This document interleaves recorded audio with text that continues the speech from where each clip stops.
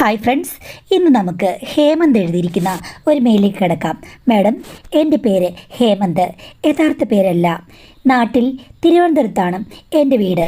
ഗൾഫിൽ ചെറിയൊരു ബിസിനസ് എനിക്കുണ്ട്. വൈഫ് അവിടെ ഒരു ഹോസ്പിറ്റലിൽ നേഴ്സായിട്ട് ജോലി ചെയ്യുകയായിരുന്നു. മകൻ +2 അവിടെ കഴിഞ്ഞപ്പോഴേക്കും നാട്ടിൽ അവൻ എഞ്ചിനീയറിംഗ് ചേരണമെന്ന് പറഞ്ഞു. അപ്പോൾ അഡ്മിഷൻ എടുക്കാൻ വേണ്ടിയിട്ട് ഞാൻ നാട്ടിലേക്ക് വന്നു മകനെയും കൊണ്ട്. ഭാര്യ അവിടെ ജോലി ചെയ്യുകയായിരുന്നു. അവന് കോഴിക്കോടാണ് അഡ്മിഷൻ കിട്ടിയത്. അവിടെ ഹോസ്റ്റൽ ഫെസിലിറ്റി ഉണ്ട്. അവനെ ചേർത്ത് ഒരാഴ്ച കഴിയുമ്പോഴേക്കും തിരിച്ചു പോകണം എന്നുള്ള രീതിയിലാണ് ലീവിന് ഞാൻ വന്നത്. പിന്നെ ഭാര്യയും അവിടെയാണല്ലോ. ഇവിടെ വന്നു കഴിഞ്ഞപ്പോഴാണ് മാഡം കൊറോണയും ലോക്ക്ഡൗണും എല്ലാം കൂടെ വന്നത്. ഞാനിവിടെ പെട്ടുപോയി. ഞാൻ കുടുംബ വീട്ടിലേക്കല്ല വന്നത്. ഞങ്ങൾക്ക് സിറ്റിയിൽ തന്നെ ഒരു വീടുണ്ട്, അവിടേക്കാണ് വന്നത്. സാധനങ്ങളൊന്നും അധികം സ്റ്റോക്ക് ചെയ്തിട്ടില്ല. തനി വെച്ച് കഴിക്കാനൊക്കെ എനിക്കറിയാം. ഞാനും മകനും മാത്രമേ ഉണ്ടായിരുന്നുള്ളത് കൊണ്ട് കുറച്ച് സാധനങ്ങൾ മാത്രമേ വാങ്ങിച്ചിട്ടുള്ളൂ. പിന്നെ ബാക്കി എൻ്റെ ഭാര്യയുടെ ഒരു അനിയത്തിയുണ്ട്, ഒരു കസിൻ സിസ്റ്ററാണ്. അവൾ ഞങ്ങൾക്ക് രണ്ടുപേർക്ക് സഹായമായിരുന്നു. ഞങ്ങളുടെ വീടിന് കുറച്ചൊക്കെ അടുത്താണ് അവർ താമസിക്കുന്നത്. ഇങ്ങനെ ലോക്ക്ഡൗൺ ഒക്കെ വന്നു കഴിഞ്ഞപ്പോഴേക്കും അവൾ എനിക്കൊരു സഹായമായിരുന്നു. വേണ്ടുന്ന കാര്യങ്ങളൊക്കെ അവളുടെ വീട്ടിൽ പോയിട്ട് എനിക്ക് എടുക്കാമല്ലോ. അങ്ങനെ അവളുമായിട്ട് കുറച്ചുകൂടൊക്കെ ക്ലോസ് ആയി. അവൾ കാണാൻ മിടുക്കിയാണ്. ഒരുപാട് മുടിയുണ്ട്. ചിരിക്കുമ്പോൾ അവളുടെ മുഖത്ത് ഒരു നുണക്കുഴി വിടരും. ഏകദേശം 33 വയസ്സുണ്ട് അവൾക്ക്. പേര് ജ്യോതി. അവളുടെ ഹസ്ബൻഡ് വേറൊരിടത്താണ് വർക്ക് ചെയ്യുന്നത്. നാട്ടിലില്ല. 6 മാസം കൂടുമ്പോഴേ വരികയുള്ളൂ. ലോക്ക്ഡൗൺ ആയതിനാൽ പുള്ളി ബോംബെയിൽ കുടുങ്ങിപ്പോയി മാഡം. ഒരു ദിവസം ഞാൻ എക്സസൈസ് ചെയ്യുമ്പോഴാണ് അവൾ പാലുമായി വന്നത്. ഞാനപ്പോൾ ചെറിയൊരു നിക്കർ പോലുള്ള സാധനം ഇട്ടിട്ടാണ് നിൽക്കുന്നത്. ദേഹം മുഴുവൻ വിയർപ്പും. ഞാൻ അവളോട് പറഞ്ഞു, ജ്യോതി പാല് കിച്ചണിൽ വെച്ചിട്ട് പോയിക്കോളാൻ. അപ്പോൾ അവളിനോട് ചോദിച്ചു, അല്ല ചേട്ടാ, പാല് ഞാൻ കാച്ചി വെക്കണമെന്ന്. ഞാൻ പറഞ്ഞു, അത് ബുദ്ധിമുട്ടാകും, കുഴപ്പമില്ല, പാചകം ചെയ്യാൻ എനിക്ക് പ്രശ്നമൊന്നുമില്ലല്ലോ എന്ന്. അല്ല ചേട്ടാ, ചേട്ടൻ എക്സസൈസ് ചെയ്ത് ആകെ വിയർത്ത് നിൽക്കുകയല്ലേ, ഒന്ന് റെസ്റ്റ് ചെയ്തിട്ട് കുളിച്ചിട്ട് വാ, അപ്പോഴേക്ക് ഞാൻ പാല് കാച്ചി വെക്കാം, ചായ ഇട്ട് വെക്കാം, ബ്രേക്ക്ഫാസ്റ്റ് എന്തെങ്കിലും ഉണ്ടാക്കണമെന്ന് ചോദിച്ചു. ഞാൻ പറഞ്ഞു, വേണ്ട കേട്ടോ, പുട്ടിയെ നനച്ച് വെച്ചിട്ടുണ്ട്, ഉണ്ടാക്കിക്കോളാം. അതെന്താ, ഞാൻ പുട്ടുണ്ടാക്കി കഴിഞ്ഞാൽ ചേട്ടന് ഇഷ്ടമല്ലേ? ഞാൻ ദേ പുട്ട് ഇപ്പോൾ ഉണ്ടാക്കിത്തരാം. കടല വല്ലതും വെള്ളത്തിട്ടിട്ടുണ്ടോ? ഞാൻ പറഞ്ഞില്ല. എന്നാൽ കുഴപ്പമില്ല, വീട്ടിൽ കറിയുണ്ട്, ഞാൻ എടുത്തോണ്ട് വരാം കേട്ടോ. ആദ്യം ഞാൻ പാല് കാച്ചട്ടെ, പുട്ടുണ്ടാക്കേണ്ടതെന്ന് പറഞ്ഞു. വേണ്ടാന്ന് പറഞ്ഞിട്ടും അവൾ എനിക്ക് ചെയ്ത് തന്നിട്ടാണ് പോയത്. അയ്യോ പാവം. പിറ്റേ ദിവസം രാവിലെ അവൾ പാലുമായിട്ട് വന്നു കഴിഞ്ഞപ്പോഴേക്കും ഞാൻ ചോദിച്ചു, എന്താ ഇന്നലെ നീല സാരിയൊക്കെ എടുത്താണല്ലോ രാവിലെ വന്നത്, ഹസ്ബൻഡ് വന്നിട്ടുണ്ടോ? അതെന്താ ചേട്ടാ അങ്ങനെ ചോദിച്ചേ? അല്ല, സാധാരണ നൈറ്റ് ഇട്ടിട്ടാണല്ലോ ജ്യോതി വരാറുള്ളത്, പക്ഷേ ഇന്നലെ സാരിയൊക്കെ നന്നായിട്ട് ഞൊറിഞ്ഞെടുത്താണല്ലോ വന്നത്. ചേട്ടൻ ഞാനിടുന്ന ഡ്രസ്സൊക്കെ ശ്രദ്ധിക്കാറുണ്ടോ? പിന്നെ നമ്മൾ ശ്രദ്ധിക്കുമല്ലോ, സുന്ദരികളെ കണ്ടു കഴിഞ്ഞാൽ ശ്രദ്ധിക്കണ്ടേ? പിന്നെ അത് മാത്രമല്ല, ഭർത്താക്കന്മാർ വരുമ്പോഴാണല്ലോ ഭാര്യമാർക്ക് ഇങ്ങനെയുള്ള ഒരുക്കവും ഇളക്കമൊക്കെ ഉണ്ടാകുന്നത്. ഓ, ഇളക്കം കൊണ്ടാണോ പെണ്ണുങ്ങൾ തുണിയൊക്കെ മാറ്റി മാറ്റി കൊടുക്കുന്നത് എന്ന് ചോദിച്ച് അവൾ ചിരിച്ചു. ജ്യോതി, ഞാൻ ചുമ്മാ തമാശ പറഞ്ഞതാണേ, ഒന്നുമില്ലേട്ടാ. എന്തായാലും എൻ്റെ ഡ്രസ്സൊക്കെ ഓർത്തിരിപ്പുണ്ടല്ലോ. മിനിഞ്ഞാന്ന് ഞാൻ എന്ത് ഡ്രസ്സ് ഇട്ടിരുന്നത്? അപ്പോൾ ഞാൻ പറഞ്ഞു, ഒരു ബ്രൗൺ നൈറ്റി, അതിലിങ്ങനെ മഞ്ഞപ്പൂക്കളുള്ളത്. ചേട്ടാ, അപാര ഓർമ്മശക്തി തന്നെ. ഇത്തിരി ഇളക്കമുണ്ട് ചേട്ടനും എന്ന് പറഞ്ഞപ്പോൾ ഞാൻ പറഞ്ഞു, ഞാൻ വെറുതെ നോക്കുന്നോളന്നേ, എനിക്കെല്ലാം മനസ്സിലായി കേട്ടോ എന്നവൾ പറഞ്ഞു. എന്ത് മനസ്സിലായി? സുന്ദരിയായ ഒരു പെണ്ണെ കണ്ടു കഴിഞ്ഞാൽ ആണുങ്ങൾ നോക്കും. തുടർച്ചയായിട്ട് കാണുമ്പോൾ അവർ ചിലപ്പോൾ അടിമുടി അവളെ ഒന്ന് ശ്രദ്ധിച്ച് പല കാര്യങ്ങളും ഓർമ്മയിൽ നിർത്തുന്നു വരും. അതിൽ ദുരർത്ഥമൊന്നുമില്ല. സൗന്ദര്യമുള്ള പെണ്ണുങ്ങളെ മാത്രമേ ആണുങ്ങൾ നോക്കാറുള്ളൂ. അതിപ്പം സൗന്ദര്യം എന്ന് പറയുമ്പോൾ ഓരോരുത്തർക്കും കണ്ണിൽ തോന്നുന്നല്ലേ. എനിക്ക് ജ്യോതി കണ്ടു കഴിഞ്ഞാൽ നല്ല സുന്ദരിയായിട്ടാണ് തോന്നുന്നത്, അതുകൊണ്ട് ഞാൻ നോക്കി, അത്രയേ ഉള്ളൂ, കൂടുതലൊന്നുമില്ല ജ്യോതി എന്ന് പറഞ്ഞപ്പോൾ അവൾക്ക് വല്ലാത്തൊരു നാണം. പക്ഷേ എൻ്റെ ഭർത്താവ് ഇങ്ങനെയൊന്നും എന്നെ പുകഴ്ത്തി പറഞ്ഞിട്ടില്ല. ഞാൻ പുകഴ്ത്തി പറഞ്ഞതല്ല, യഥാർത്ഥം പറഞ്ഞതാ. എന്നാൽ എൻ്റെ ചേട്ടാ അങ്ങനെ പറഞ്ഞിട്ടേ ഇല്ല കേട്ടോ. പുള്ളിയാണെങ്കിൽ ഇങ്ങനെ റൊമാൻറ്റിക്കായിട്ട് സംസാരിക്കുന്ന ഒരു ടൈപ്പേ അല്ല. ഞാൻ പറഞ്ഞു പോട്ടെ, ചില ആണുങ്ങൾ അങ്ങനെയാണ്. എന്തായാലും റൊമാൻസ് കാണാതിരിക്കില്ലല്ലോ. പോട്ടെ, ഭാഗ്യവാൻ ഇനി എന്നാ വരുന്നത്? ഭാഗ്യവാനോ? പിന്നെ ഇത്രയും സുന്ദരിയായ വൈഫ് ഈ പ്രായത്തിലും ഇപ്പോൾ ഒരു 18കാരിക്കുള്ള സൗന്ദര്യമൊക്കെ ജ്യോതിക്കുമില്ലേ? ചേട്ടാ, വെറുതെ എന്നെ കളത്തരുതേ. അങ്ങനെയല്ല, ജ്യോതിയുടെ ബോഡി ഷേപ്പ് നല്ല രീതിയിൽ മെയിൻറ്റെയിൻ ചെയ്യുന്നുണ്ടല്ലോ. നിൻ്റെ ചേച്ചിയില്ലേ, അവൾ, എൻ്റെ ഭാര്യ, അവളാണെങ്കിൽ ഒന്നും ശ്രദ്ധിക്കില്ല. നീ ഇങ്ങനെ ഒരു കാലത്തിനും ശ്രദ്ധയില്ലാതാണ് നടക്കുക. ജ്യോതി പക്ഷേ അങ്ങനെയല്ലല്ലോ. ഒരു എക്സസൈസൊക്കെ ചെയ്ത് നല്ല ഫിറ്റായിരിക്കുന്ന പോലെ എനിക്ക് തോന്നുന്നുണ്ടല്ലോ. അങ്ങനെ തോന്നുന്നു ചേട്ടാ. സത്യം പറഞ്ഞാൽ ഞാനങ്ങനൊന്നും ചെയ്യാറില്ല. ഞങ്ങളുടെ കുടുംബത്തിൽ എല്ലാവർക്കും അങ്ങനെയുള്ളതാണ്. പിന്നെ ചേച്ചിക്ക് മാത്രമാണ് ഇത്തിരി വണ്ണം കൂടിയിരിക്കുന്നത്. ആ ശരിയാ, അവളോട് ഞാൻ എന്തെങ്കിലും പറഞ്ഞാലും അവൾ ഡ്യൂട്ടിയുടെയൊക്കെ കാര്യം പറഞ്ഞ് ഇതൊന്നും ചെയ്യില്ല. ഞാനൊന്നും ചെയ്യുന്നില്ല നീ, എനിക്ക് നാച്ചുറലായിട്ടുണ്ടായ സൗന്ദര്യമാ, ഞാനൊരു ബ്യൂട്ടീഷ്യനും പോയിട്ടില്ല എന്ന് പറഞ്ഞ് പുള്ളിക്കാരി കളയാക്കി ചിരിച്ചു. അത് കേട്ടപ്പോൾ ഞാനും ചിരിച്ചു. പിന്നെ ചേട്ടനൊരു കാര്യം ചോദിച്ചില്ലേ, എൻ്റെ ഭാഗ്യവാനായ ഭർത്താവെന്ന്. ആ ഭാഗ്യമൊന്നും അദ്ദേഹത്തിനും എനിക്കുമില്ല. അപ്പം ഞാൻ ചോദിച്ചു എന്താ അങ്ങനെ പറഞ്ഞത്? അത് ഹസ്ബൻഡ് ഉള്ളതും ഇല്ലാത്തതുമെല്ലാം എനിക്ക് ഒരുപോലെയാണ്. കുറേ പണമുണ്ട്, കാണാൻ കൊള്ളാം, ഒന്നിച്ച് സെൽഫി എടുത്തിട്ടു, അതോടുകൂടി ജീവിതം തീർന്നു, അത്രയേ ഉള്ളൂ. മനുഷ്യരെ കാണിക്കാൻ വേണ്ടിയിട്ടുള്ളൊരു ജന്മം. അദ്ദേഹത്തിന് എന്നോടോ എനിക്ക് അദ്ദേഹത്തോടോ ഒരു പരിധിയിൽ കവിഞ്ഞ് ഒന്നുമില്ല. സ്നേഹം പോലും ഇല്ലാത്തൊരു കാലഘട്ടമാണിത്. എന്താ ജ്യോതി ഇങ്ങനെ പറഞ്ഞത്? നിങ്ങൾ മാതൃകാ ദമ്പതികളാണെന്നാണല്ലോ ഞാൻ കരുതിയത്. ആ ചേട്ടാ, ഇതെല്ലാം ഒരു പുറംപൂച്ചല്ലേ. അങ്ങനെ ഏതെല്ലാം ജീവിതം ഏതൊക്കെയോ കോണിൽ നടക്കുന്നു ചേട്ടാ എന്ന് പറഞ്ഞ് ദീർഘനിശ്വാസം വിട്ടിട്ട് അവൾ പെട്ടെന്നങ്ങ് പോയി. എനിക്കത് കേട്ട് കഴിഞ്ഞപ്പോൾ കാര്യങ്ങൾ മനസ്സിലായി. കാര്യം അവനെ കാണാൻ നല്ലൊരുത്തനാണ്. കണ്ടു കഴിഞ്ഞാൽ ദാമ്പത്യം രസകരമായിട്ട് പോകുന്നു തോന്നും. പക്ഷെ അങ്ങനെ ആയിരിക്കില്ല. ഓരോരുത്തർക്കും ഓരോ ഇഷ്ടമാണ്. ഭാര്യ സുന്ദരിയാണെന്ന് വെച്ചിട്ട് ഭർത്താവിന് ആ സൗന്ദര്യത്തിൽ മതിപ്പുണ്ടാവണമെന്നില്ല. അതേപോലെ തന്നെ തിരിച്ചും അങ്ങനെ തന്നെയാകാം. എന്തൊക്കെയോ കുഴപ്പങ്ങളുണ്ട്, പതുക്കെ അവളോട് ചോദിക്കണം എന്ന് ഞാൻ നിശ്ചയിച്ചു. പിറ്റേ ദിവസം അവൾ വന്നു കഴിഞ്ഞപ്പോൾ ഞാൻ വിശദമായിട്ട് ചോദിച്ചു കഴിഞ്ഞപ്പോഴേക്കും എന്നോട് പറഞ്ഞു, ചേട്ടാ ഞങ്ങൾക്ക് കുട്ടികളൊന്നുമില്ലാത്ത കാര്യം ചേട്ടനറിയില്ലേ? എനിക്കല്ല കുഴപ്പം, എൻ്റെ ഹസ്ബൻഡാണ്. ട്രീറ്റ്മെൻ്റ് ഒന്നും ചെയ്യുന്നില്ലേ എന്ന് ചോദിച്ചു കഴിഞ്ഞപ്പോൾ അവൾ പറഞ്ഞു, ട്രീറ്റ്മെൻറ്റൊക്കെ ചെയ്യുന്നുണ്ട്, പക്ഷേ അങ്ങേര് കറക്റ്റായിട്ട് മരുന്ന് കഴിക്കില്ല. അത് മാത്രമല്ല ചേട്ടനോട് ഞാനെങ്ങനെ തുറന്ന് പറയുക, ഒട്ടും ആവേശവുമില്ല, തണുപ്പൻ മട്ടാണ്. എന്തെങ്കിലും കാര്യങ്ങളൊക്കെ നന്നായി നടന്നെങ്കിൽ മാത്രമല്ലേ ഇത് ശരിയാകൂ. മരുന്നും കഴിക്കില്ല, ഒന്നിനും താല്പര്യമില്ല, എന്നോടും താല്പര്യമില്ല, കുട്ടികളോടും താല്പര്യമില്ല. എന്താ ചെയ്യുക എനിക്കറിയില്ല. അങ്ങനൊരു ജീവിതമാണ്. എല്ലാവരും ചിലപ്പോൾ എന്നെയാകും പഴിക്കുക, അയാൾ എന്നെ പഴിക്കില്ല. കാര്യം കുഴപ്പം അയാളുടേതാണെന്ന് അയാൾക്കറിയാം. എന്നിട്ടും അയാൾ എന്താ എങ്ങനെ കാണിക്കുന്നതെന്ന് എനിക്കറിയില്ല ചേട്ടാ എന്ന് പറഞ്ഞ് അവൾ കരഞ്ഞു. ആഹാ ഇഷ്യൂ, ഇത്രയും പ്രശ്നങ്ങളൊക്കെ ഉണ്ടായിരുന്നോ? നിങ്ങളത് ലവ് മാരേജ് അല്ലേ എന്ന് ചോദിച്ചു കഴിഞ്ഞപ്പോഴേക്കും അവൾ പറഞ്ഞു, ലവ് മാരേജ് ഒന്നുമല്ല, ഞാൻ ഡിഗ്രി കഴിഞ്ഞ് നിന്ന് കഴിഞ്ഞപ്പോഴേക്കും എൻ്റെ അമ്മാവൻ കൊണ്ടുവന്ന ആലോചനയാണ്.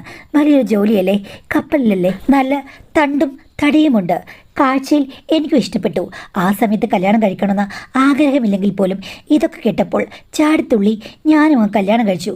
പക്ഷേ അവിടെ ചെന്ന് കഴിഞ്ഞപ്പോഴല്ലേ എനിക്ക് മനസ്സിലായത്, പൊങ്ങുതടി പോലെ ഒരു മനുഷ്യൻ ഒരു ഗുണവുമില്ല. ചുരുക്കം പറഞ്ഞു കഴിഞ്ഞാൽ ഈ ജീവിതത്തിൽ ഞാൻ ഒന്നും അനുഭവിച്ചിട്ടില്ല, അനുഭവിക്കാൻ ഇനി കഴിയുമെന്നും തോന്നില്ല. ട്രീറ്റ്മെൻറ്റ് ചെയ്താലും രക്ഷപ്പെടും തോന്നുന്നൊരു കാര്യമല്ല. ഒന്നും അയാൾക്കില്ല, ആണത്വവുമില്ല, മറ്റു കാര്യങ്ങളുമില്ല. അയാളിൽ നിന്ന് എനിക്കെങ്ങനെ കുട്ടി ഉണ്ടാകാനാണ്? വരുന്ന സമയത്ത് നേർച്ച പോലെ എന്തെങ്കിലും അയാൾക്ക് കാട്ടിക്കൂട്ടണം. എന്നിട്ട് പറയും ഈ പ്രാവശ്യം കുട്ടി ഉണ്ടാകുമെന്ന്. അയാൾ പറഞ്ഞിട്ട് പിന്നെ 6 മാസം അങ്ങ് പോകും, പിന്നെ എപ്പോഴേലും വരും. ഇങ്ങനെയൊക്കെയാണ് നടക്കുന്നത്. വരുമ്പോൾ പണവും സൗകര്യവും ഒക്കെ ഓർത്ത് ഞാൻ സ്നേഹം നടിക്കും. പക്ഷേ എന്തെങ്കിലും നല്ലൊരു കാര്യം എൻ്റെ ജീവിതത്തിൽ സംഭവിച്ചിരുന്നെങ്കിൽ, എന്തെങ്കിലും നല്ലൊരു അനുഭവം എനിക്കുണ്ടായിരുന്നെങ്കിൽ, പെണ്ണാണെന്ന് എന്നെ അറിയിച്ചു തരുന്ന ഒരു ഭർത്താവ് എനിക്കുണ്ടായിരുന്നെങ്കിൽ. എത്രയോ പെണ്ണുങ്ങൾ എത്ര നല്ല ജീവിതം നയിക്കുന്നു. ഭർത്താക്കന്മാരൊക്കെ അവർക്ക് സൂപ്പറാണ്, എനിക്ക് മാത്രം കണ്ടാൽ സൂപ്പർ, അകത്ത് ഒന്നുമില്ലാത്ത ഒരു പേട്ട് ചക്കയാണല്ലോ എനിക്ക് കിട്ടിയെന്നോർത്ത് എപ്പോഴും ദുഃഖിക്കുന്നൊരു പെണ്ണാണ് ഞാൻ. ചേട്ടനൊന്നും പറഞ്ഞാൽ മനസ്സിലാകില്ല. ചേട്ടനും ചേച്ചിയും തമ്മിൽ തട്ടുപൊളിപ്പ് ബന്ധമാണെന്ന് എനിക്കറിയാം. ചേച്ചി എന്നോട് പറഞ്ഞിട്ടുണ്ട്, ചേട്ടൻ ഭയങ്കര സ്നേഹക്കാരനാണെന്ന്. ചില ദിവസം ഡ്യൂട്ടി കഴിഞ്ഞ് വന്നാൽ പോലും ചേച്ചിയെ കിടത്തി ഉറക്കില്ല എന്ന്. ഞാനത് കെട്ടി ഞെട്ടിപ്പോയി. എൻ്റെ വൈഫ് അങ്ങനെ എന്നോട് സംസാരിക്കുമായിരുന്നു. ഈ പെണ്ണുങ്ങളെയൊന്നും വിശ്വസിക്കാൻ പറ്റില്ലല്ലോ, കുടുംബ രഹസ്യങ്ങളെല്ലാം ഇങ്ങനെ അങ്ങോട്ടും ഇങ്ങോട്ടും പറയുമോ? എന്തൊക്കെ പറഞ്ഞാലും ചേച്ചി എൻ്റെ അമ്മയുടെ ചേട്ടത്തിൻ്റെ മോളല്ലേ, അപ്പോൾ തീർച്ചയായിട്ടും ഞങ്ങൾ തമ്മിൽ അങ്ങനെയൊക്കെ പറയും. ഡയറക്റ്റ് സഹോദരിമാരെക്കാൾ ഞങ്ങൾക്കിതൊക്കെ പറയാനുള്ള സ്വാതന്ത്ര്യമുണ്ടല്ലോ എന്ന് പറഞ്ഞു. എന്തായാലും ചേട്ടൻ്റെ ജീവിതമല്ല എൻ്റെ ജീവിതമെന്ന് ചേട്ടൻ മനസ്സിലാക്കുക. എനിക്ക് ഒത്തിരി പ്രയാസങ്ങളുണ്ട്. അതിനിടയ്ക്ക് ചിരിച്ചും കളിച്ചൊക്കെ മുന്നോട്ട് പോകുന്നതേ ഉള്ളെന്ന് പറഞ്ഞു. ഞാൻ ചോദിച്ചു, അപ്പോൾ നാളെ സാരി എടുക്കുമോ, നൈറ്റ് ഇടുമോ? എന്താ ചേട്ടാ സീരിയസ് ആയിട്ടൊരു കാര്യം പറയുമ്പോൾ എന്നെ കളിയാക്കുന്നത്? ഏയ് ഞാൻ കളിയാക്കിയല്ല, കറക്റ്റായിട്ട് ചോദിക്കുകയാണ്. എനിക്ക് മനസ്സിലായി. ഇപ്പോൾ ഇവിടെ വന്നിട്ട് കുറേ ദിവസമായല്ലോ, ഭാര്യയെ മിസ് ചെയ്യുന്നുണ്ട്, ഒന്നുമില്ലാതെ ഇവിടെ ഇരിക്കുകയല്ലേ, അപ്പോൾ ഇളക്കം കയറി കാണും. ചേച്ചിയെ ഒത്തിരി മിസ് ചെയ്യുന്നുണ്ടോ എന്ന് അവൾ ചോദിച്ചു. ഞാൻ പറഞ്ഞുണ്ട്, ഞങ്ങൾ തമ്മിൽ എന്തൊക്കെയാണെങ്കിലും നല്ലൊരു ബന്ധമുള്ള ആൾക്കാരാണെന്ന്. ചേച്ചി പറഞ്ഞിട്ടുണ്ട് ചേട്ടൻ്റെ ഇളക്കങ്ങൾ എന്തൊക്കെയാണെന്ന്. അപ്പോൾ ഞാൻ പറയുമായിരുന്നു, എൻ്റെ ഭർത്താവിന് അതിൻ്റെ 100% ഇളക്കമുണ്ടായിരുന്നെങ്കിൽ ഞാനിപ്പോൾ സക്സസ് ആയേനെയെന്ന്. പിന്നെ നിങ്ങൾ അങ്ങനെയൊക്കെ പറയുമായിരുന്നു ചേട്ടാ. പിന്നെ പെണ്ണുങ്ങൾ സംസാരിക്കുന്ന രീതിയൊന്നും ആണുങ്ങൾക്ക് അറിയില്ലല്ലോ, അവർക്ക് അവരുടേതായ രീതിയുണ്ട്. ഞാൻ പിന്നെ സാരി വേണമെങ്കിൽ ഉടുക്കാം, വേണമെങ്കിൽ ഞാൻ മാക്സി ഇടാം, ഒരു പ്രശ്നവുമില്ല. ചേട്ടന് ഇഷ്ടമാണെങ്കിൽ നാളെ തൊട്ട് ഞാൻ ഇടയ്ക്കിടയ്ക്ക് പല ഡ്രസ്സുകളും മാറി പരീക്ഷിക്കാം. ഈ ഒരു കാലത്ത് ആര് വരാറില്ല, എൻ്റെ ഭർത്താവ് വരില്ല. പിന്നെ തുണിയൊക്കെ ഇങ്ങനെ അലമാരിലിരിക്കല്ലേ, അതൊക്കെ ഞാൻ വെറുതെ എടുത്ത് കൊടുക്കുന്നതേ ഉള്ളൂ. കൊടുത്തെന്നെങ്കിലും ആകാം. ഇനിയിപ്പോൾ കൊറോണയൊക്കെ വന്നിട്ട് ഇവിടെ എന്തെങ്കിലും പ്രശ്നം ഉണ്ടായിട്ട് എല്ലാവരും മേളോട്ട് പോവുകയാണെങ്കിൽ ഈ വെച്ചിരിക്കുന്ന തുണിയൊക്കെ ആരെങ്കിലും ഉടുക്കണ്ടേ? അതിനുവേണ്ടി ഞാനങ്ങ് ദിവസവും മാറി കൊടുക്കുകയാണ്, അല്ലാതെ ഭർത്താവിനെ പ്രതീക്ഷിച്ചല്ല. അതിപ്പോൾ ഞാൻ നീല സാരി ഒന്ന് ഉടുത്തോണ്ട് നിന്ന് കഴിഞ്ഞാൽ അങ്ങേർക്ക് പ്രത്യേകിച്ച് ഒരു ഗുണവും ഉണർവും ഉണ്ടാകില്ല ചേട്ടാ എന്ന് പറഞ്ഞു. അത് കേട്ട് കഴിഞ്ഞപ്പോഴേക്കും ഞാൻ ജ്യോതിയോട് ചോദിച്ചു, ജ്യോതി, ഞാൻ ഒരു കാര്യം ചോദിക്കട്ടെ, ഞാൻ ജ്യോതിയുമായിട്ട് ഒന്നടുത്ത് കഴിഞ്ഞാൽ ജ്യോതിക്ക് ഇഷ്ടപ്പെടുമോ എന്ന് ചോദിച്ചു കഴിഞ്ഞപ്പോഴേക്കും അവൾ ചുറ്റും നോക്കി. ചേട്ടാ, എന്തായാലും ചേട്ടൻ്റെ അനിയത്തിയാണ് ഞാൻ, എനിക്ക് കയറി വരാൻ സ്വാതന്ത്ര്യമുണ്ട്. ഇപ്പോൾ നല്ല രീതിയിൽ ആരും ശ്രദ്ധിക്കാത്തൊരു സമയവും ഈ ഒരു ലോക്ക്ഡൗൺ എത്ര കാലം ഉണ്ടാകുമെന്നറിയില്ല. ആ സമയത്ത് ചേട്ടൻ ഇഷ്ടപ്പെടുകയാണെങ്കിൽ എനിക്ക് സമ്മതമാണ്. അതിൻ്റെ കാര്യം ഞാൻ പറയാം. ചേട്ടൻ രാവിലെ എക്സസൈസ് ചെയ്യുന്നത് ഞാൻ കണ്ടു. പക്ഷേ ആ നിമിഷം തന്നെ എനിക്കെന്തോ ഒത്തിരി അടുപ്പം തോന്നി. ഇത്രയും പൂർണ്ണമായൊരു പുരുഷ ശരീരം എൻ്റെ ഭർത്താവിന് ഇല്ല ചേട്ടാ. സത്യമായും എനിക്ക് ഒത്തിരി മോഹങ്ങളുണ്ട്. കാത്തിരിക്കുകയായിരുന്നു ഞാൻ എനിക്ക് പറ്റിയൊരു പുരുഷനെ. ചേട്ടനിൽ അത് ഞാൻ ദർശിച്ചു. പക്ഷേ നിജസ്ഥിതി അറിയില്ല. എങ്കിലും ചേട്ടൻ ഇഷ്ടമാണെങ്കിൽ എനിക്ക് സർവ്വതാ തയ്യാറാണ്. പക്ഷേ ആരും അറിയരുത്, ഞങ്ങളുടെ കൂടെ ഉള്ളത് എൻ്റെ അമ്മയാണെന്ന് ചേട്ടൻ അറിയാമല്ലോ. ചേട്ടൻ്റെ അമ്മായിമ്മയുടെ അനിയത്തിയാണ്. ചേട്ടൻ്റെ അമ്മായിമ്മ ഒട്ടും മോശക്കാരിയല്ലെന്ന് അറിയാമല്ലോ. അതേപോലൊരു സ്വഭാവമാണ് എൻ്റെ അമ്മയ്ക്കും. ഭയങ്കര സ്ട്രിക്റ്റാണ്. എന്നെ എല്ലാ കാര്യത്തിലും ഒരു കൺട്രോൾ അവർ വെച്ചിട്ടുണ്ട്. ഭർത്താവ് 6 മാസം കഴിഞ്ഞില്ലേ വരികയുള്ളൂ, അതുകൊണ്ട് വഴി തെറ്റിപ്പോകാതിരിക്കാൻ വേണ്ടി എന്നും എന്നെ അങ്ങ് ഉപദേശമാണ്. എൻ്റെ ഭർത്താവിന് കഴിവില്ല എന്നുള്ള കാര്യം അമ്മയ്ക്കും അറിയാം. എങ്കിലും ഭർത്താവ് ദൈവമാണ്, അവനെ വെറുക്കരുത്, അവനെ വറക്കണം, എപ്പോഴും അവനെ ഓർത്തിരിക്കണം എന്നൊക്കെ വ്യംഗ്യ അർത്ഥത്തിൽ എന്നോട് പറയാറുണ്ട്. എനിക്കിതൊക്കെ കേൾക്കുമ്പോൾ ശരിക്കും പറഞ്ഞാൽ തലപെരിക്കും. അമ്മ പറഞ്ഞത് ഞാൻ ചിലപ്പോൾ വഴി തെറ്റിപ്പോകാൻ ചാൻസ് ഉണ്ട് എന്നാണ്. ഭർത്താവിനെ നന്നാക്കാൻ എൻ്റെ അമ്മ ശ്രമിക്കാറില്ല. മരുമകനോട് അമിത വാത്സല്യമാണ്. ഇഷ്ടം പോലെ പണം പുള്ളി കൊടുക്കുമല്ലോ, അതുകൊണ്ടാണ്. നമ്മളുടെ കാര്യമല്ലോ അറിഞ്ഞെങ്കിൽ പിന്നെ പറയണ്ട. ഈ വീട്ടിലും നാട്ടിലും പുള്ളിക്കാരി വലിയ പ്രശ്നങ്ങൾ ഉണ്ടാക്കുമെന്ന് ഞാൻ പറഞ്ഞു.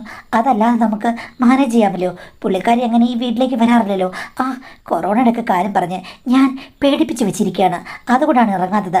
അല്ലെങ്കിൽ ഇവിടെ നോക്കാൻ വന്നേനി എന്ന് പറഞ്ഞു. എന്തായാലും വീണിടാൻ വിഷ്ണുലോകം. ഞാൻ പറഞ്ഞു, നിനക്ക് പ്രശ്നമൊന്നുമില്ലെങ്കിൽ നമുക്ക് ഇപ്പോൾ തന്നെ സ്റ്റാർട്ട് ചെയ്യാവുന്ന. അവൾ അപ്പോൾ തന്നെ കൈയെടുത്ത് ദീപസ്തംഭം തേടിപ്പോയി. അവളുടെ ആ പ്രവൃത്തി ഞാൻ ഒട്ടും പ്രതീക്ഷയല്ല. അപ്പം ഞാൻ ചോദിച്ചു, എന്താ ഇത്ര പെട്ടെന്ന്? അവൾ പറയുകയാണ്, കാണാൻ കൊതിച്ചത് കാണാൻ ഏതൊരാൾക്കാണ് താല്പര്യമില്ലാത്തത്? ചേട്ടന് എന്നോട് താല്പര്യമുണ്ടെങ്കിൽ അതിൻ്റെ 100 ഇരട്ടി താല്പര്യം എനിക്കുണ്ട്. കാര്യം ഞാൻ കാത്തിരിക്കുകയായിരുന്നെന്ന് പറഞ്ഞല്ലോ.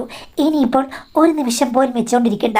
അരമണിക്കൂറെങ്കിൽ അരമണിക്കൂർ, 1 മണിക്കൂർ കിട്ടിയാൽ 1 മണിക്കൂർ, ഏത് സമയത്താണെങ്കിലും ഞാൻ റെഡിയാണ്, എനിക്ക് ഒരു പ്രശ്നവുമില്ല എന്ന് പറഞ്ഞു. അപ്പോൾ ഞാൻ അവളോട് ചോദിച്ചു, നിനക്കെങ്ങനെ ഇത്ര ഓപ്പണായിട്ട് ഇങ്ങനെ പറയാൻ കഴിയുന്നു?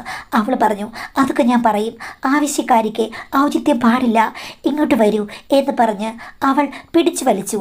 ഞാൻ പറഞ്ഞു, മോളെ നീ ശ്രദ്ധിക്കണമെന്ന്. ശ്രദ്ധിക്കേണ്ട കാര്യമില്ല, ശ്രദ്ധിക്കാതെ തന്നെ എനിക്കിപ്പോൾ മനസ്സിലായി. കരുത്തൻ ഒരുത്തനെ പിടിച്ചാലും കരുത്തനെ പിടിക്കണം എന്നല്ലേ? ഒരു പ്രശ്നവുമില്ല ചേട്ടാ. ചേട്ടൻ്റെ ഭാര്യയുടെ അത്രയും വരുമോയെന്ന് എനിക്കറിയില്ല. എങ്കിലും ചേട്ടൻ്റെ ഭാര്യയുമായിട്ട് തന്നെ താരതമ്യം ചെയ്യരുത്. ഞാൻ എക്സ്പീരിയൻസ് കുറവാണ്. പോങ്ങനായ എൻ്റെ ഭർത്താവിൻ്റെ കൂടെ മാത്രം കഴിഞ്ഞിട്ടുള്ളൊരു സ്ത്രീയാണ് ഞാൻ. ചേട്ടൻ ഒത്തിരി പ്രതീക്ഷിക്കരുത്. ആദ്യം ചേട്ടൻ എന്നെ പറഞ്ഞു പഠിപ്പിക്കണം. ഞാൻ ഓരോ സ്റ്റെപ്പും കയറി മലമുകളിൽ ചെല്ലുമ്പോൾ അവിടെ നിന്ന് താഴേക്ക് നോക്കിയാൽ സ്വർഗം ഞാൻ കാണും.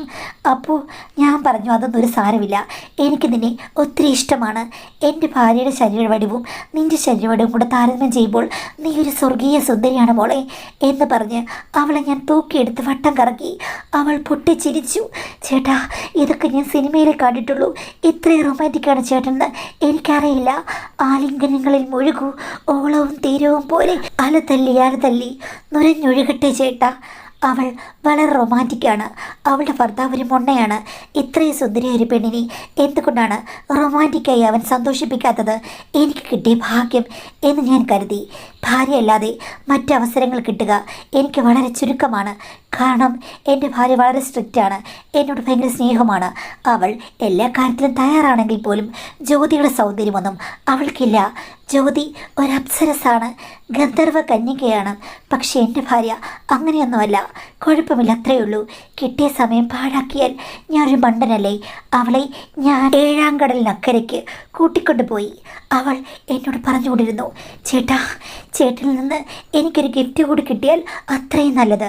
ഞാൻ പറഞ്ഞു, ഇപ്പോൾ സേഫ് അല്ല. കാരണം വെച്ച് കഴിഞ്ഞാൽ ഇപ്പോൾ അതിൻ്റെ ഭർത്താവ് അവിടെ ഇല്ല. അവനിനി ലോക്ക്ഡൗൺ കഴിഞ്ഞ് എത്ര കാലം കഴിഞ്ഞ് വരുമെന്നറിയില്ല. അവൻ ഉള്ള സമയത്താണെങ്കിൽ ഗിഫ്റ്റൊക്കെ ഞാൻ തരായിരുന്നു. അവൾ പറഞ്ഞു, ശരിയാ ചേട്ടാ. ആവേശം മൂത്ത് കഴിഞ്ഞപ്പോൾ ഞാനങ്ങ് പറഞ്ഞു പോയതാണ്. ഇനി ഇതെല്ലാം റെഡിയായി കഴിഞ്ഞ് എൻ്റെ ഭർത്താവുള്ളപ്പോൾ ചേട്ടനിവിടെ തനിയെ വന്ന് താമസിക്കണം. അപ്പോൾ ആരും കാണാത്ത ആ ഗിഫ്റ്റ് എനിക്ക് തന്നെ വേണമെന്ന് പറഞ്ഞു. അതൊക്കെ കേട്ട് കഴിഞ്ഞപ്പോഴേക്കും ഞാനും അങ്ങ് വല്ലാത്ത അവസ്ഥയിലായിപ്പോയി. ഞങ്ങൾ അരമണിക്കൂർ തുടങ്ങിയ യജ്ഞം അവസാനിച്ചത് 2 മണിക്കൂറാണ്. അവളുടെ അമ്മ അവിടെ നിന്ന് ഉറക്ക വിളിക്കുന്നത് എനിക്ക് കേൾക്കാമായിരുന്നു. ആ സമയത്താണ് അവൾ തിരിച്ചു പോയത്. എന്തായാലും ലോക്ക്ഡൗൺ കാലം മുഴുവൻ ജ്യോതി ഉയർത്തി എന്നെ നല്ല രീതിയിൽ പ്രകാശിപ്പിച്ച് മുന്നോട്ട് പോയി. എൻ്റെ ജീവിതത്തിലെ ഏറ്റവും നല്ല മാസങ്ങളായിരുന്നു അത് കഴിഞ്ഞ് ഞാൻ ഗൾഫിൽ പോയി. പിന്നീട് ഭാര്യ അറിയാതെ അവളെ ഞാൻ വിളിക്കുമായിരുന്നു മാഡം. പല തിരക്കുകൾ മൂലം പിന്നീട് ഇവിടെ വന്ന് അധികം താമസിക്കാനോ അല്ലെങ്കിൽ തനിയെ താമസിക്കാനുള്ള അവസരം ഉണ്ടായിട്ടില്ല. അതുകൊണ്ട് ജ്യോതിയെ പിന്നീട് എനിക്കങ്ങനെ കാണാൻ പറ്റിയിട്ടില്ല.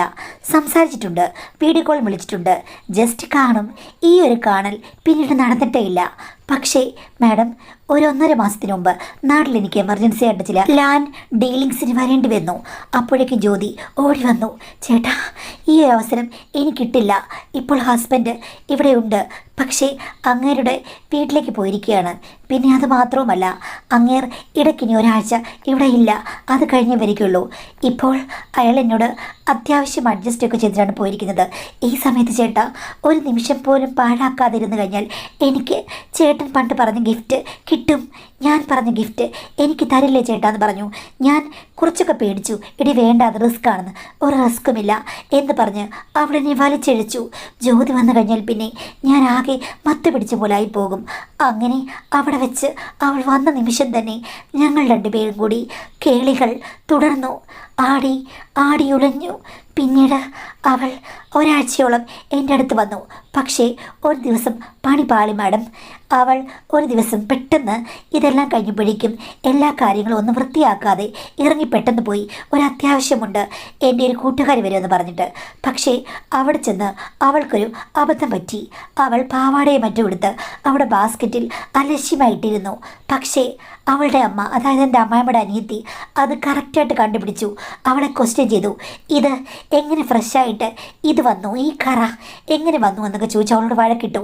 അവസാനം അവൾ പോയത് ഇതിനാണെന്ന് അവൾ തന്നെ സമ്മതിച്ചു കൊടുക്കേണ്ടി വന്നു. അവളെ അവർ കണക്കറ്റ് ശകാരിക്കുകയും പ്രശ്നങ്ങൾ ഉണ്ടാക്കുകയൊക്കെ ചെയ്തു. പക്ഷേ വൈകുന്നേരമായപ്പോഴേക്കും എൻ്റെ അടുത്ത് അവർ വന്ന പാടെ എന്നെ അവർ ഉപദ്രവിക്കാൻ ശ്രമിച്ചു, അടിക്കുകയും മറ്റും ചെയ്തു. നിനക്ക് നാണമില്ലടാ? ഒരു പെണ്ണിൻ്റെ ഭർത്താവിനെ വയ്യാന്ന് കേട്ടപ്പോൾ തന്നെ അവിടേക്ക് കടന്നു കയറാൻ നീ ശ്രമിച്ചു. നീ എന്തൊരു വൃത്തികെട്ടവനാടാ, നിന്റെ ഭാര്യയുടെ അനിയത്തിയല്ലേ അവൾ എന്ന് പറഞ്ഞ് അവരെന്നോട് വഴക്കുണ്ടാക്കി. അത് കഴിഞ്ഞ് അവർ പറഞ്ഞു, ഇതെന്തായാലും ഞാൻ എല്ലാവരോടും പറഞ്ഞില്ലെങ്കിലും നിന്റെ ഭാര്യയോട് പറയും. നിന്റെ എല്ലാ ഇളക്കങ്ങളും ഞാൻ നിർത്തിക്കും. ആണുങ്ങൾക്ക് ഇത്തിരി അഹങ്കാരം കൂടുതലാണ്. ഇവന്മാർക്കൊക്കെ എന്തോ 3-4 എണ്ണം ഉണ്ടെന്ന് വെച്ചിട്ട് സുന്ദരികളായ പെണ്ണുങ്ങളുടെ പുറകിലെല്ലാം നടക്കുകയാണ്. നിൻ്റെയൊക്കെ കുഴപ്പം ഞാൻ തീർത്തരാം. എൻ്റെ ഭർത്താവിന് ഇതുപോലെ പണ്ട് കുഴപ്പമുണ്ടായിരുന്നു. മൂലക്കല്ല് നോക്കി ഞാൻ ഒരു ദിവസം ഒറ്റ ചവിട്ട് കൊടുത്തു. അതോടുകൂടി സിംഹത്തിൻ്റെ പത്തി മടങ്ങി. ഇപ്പം വീട്ടിലിരിപ്പുണ്ട്. നിനക്കറിയാമോ, ഇപ്പം എൻ്റെ കൂടെ നിൽക്കില്ല, മൂത്ത മോടെ കൂടെയാണ് നിൽക്കുന്നത്. എന്നെ പേടിയാണ്. അപ്പം ഭാര്യമാരെ ഭർത്താക്കന്മാർക്ക് പേടി വേണം, എങ്കിലേ അവന്മാർ അടങ്ങി നടക്കുള്ളൂ. നിൻ്റെ ഈ സാഹസത്തിന് എൻ്റെ മോൾക്ക് ഞാൻ 2 കൊടുത്തു. പക്ഷേ ഇത്രയും പണക്കാരനായ എൻ്റെ മരുമകനെ പിണക്കാൻ പറ്റില്ല. അതുകൊണ്ട് ആ രഹസ്യം ബന്ധുക്കളോടൊന്നും ഞാൻ പറയില്ല. പക്ഷേ നിൻ്റെ ഭാര്യയെ വിളിച്ച് ഞാൻ നിൻ്റെ ത്രിഗുണ മനോഭാവങ്ങളെല്ലാം പറയടാ. നിന്നെ ഞാൻ ഗുണനപ്പട്ടിക ചൊല്ലിക്കും. ഇക്ഷായിട്ട ഇറാവളെ കൊണ്ട് വരപ്പിക്കും. നോക്കിക്കോ നിന്റെ തനി സ്വഭാവം.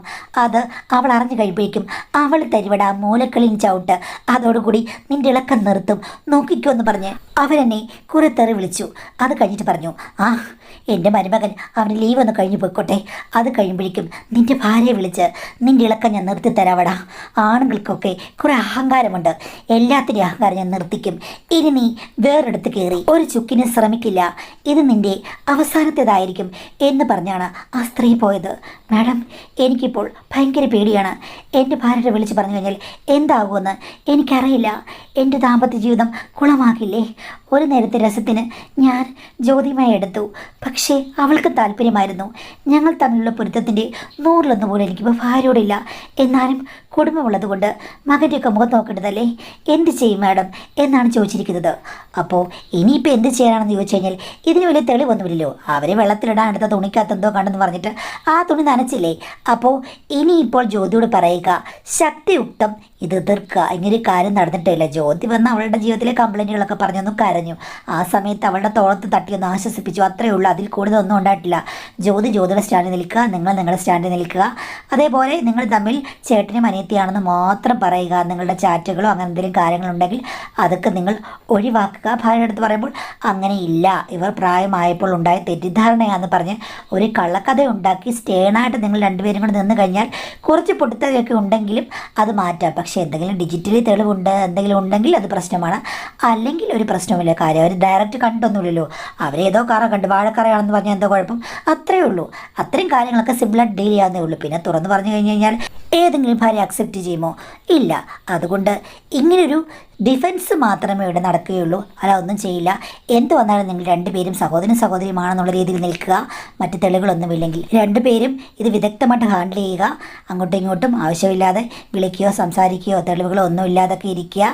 പിന്നെ ഈ പറഞ്ഞ പോലെ അവളുടെ അമ്മ എന്ന് പറയുമ്പോഴേക്ക് ഇത്തിരി ഒരു ഇളക്കമുള്ള ക്യാരക്ടറാണ്. ആണുങ്ങളെയൊക്കെ ഒരു തൻ്റെ ഇടയാണ്. അപ്പോൾ അവർ ചിലപ്പോൾ നിങ്ങളുടെ ഭാര്യയോട് പറയും, ഉറപ്പാണ്. അപ്പോൾ അതിനെ ഡിഫെൻസ് ചെയ്യാനുള്ള തന്ത്രങ്ങൾ നിങ്ങൾ രണ്ടുപേരും കൂടെ ഇപ്പോഴേ ഒരു സ്റ്റാൻഡിൽ രണ്ടുപേരും പറയുമ്പോൾ പമ്പ പഠിക്കരുത്.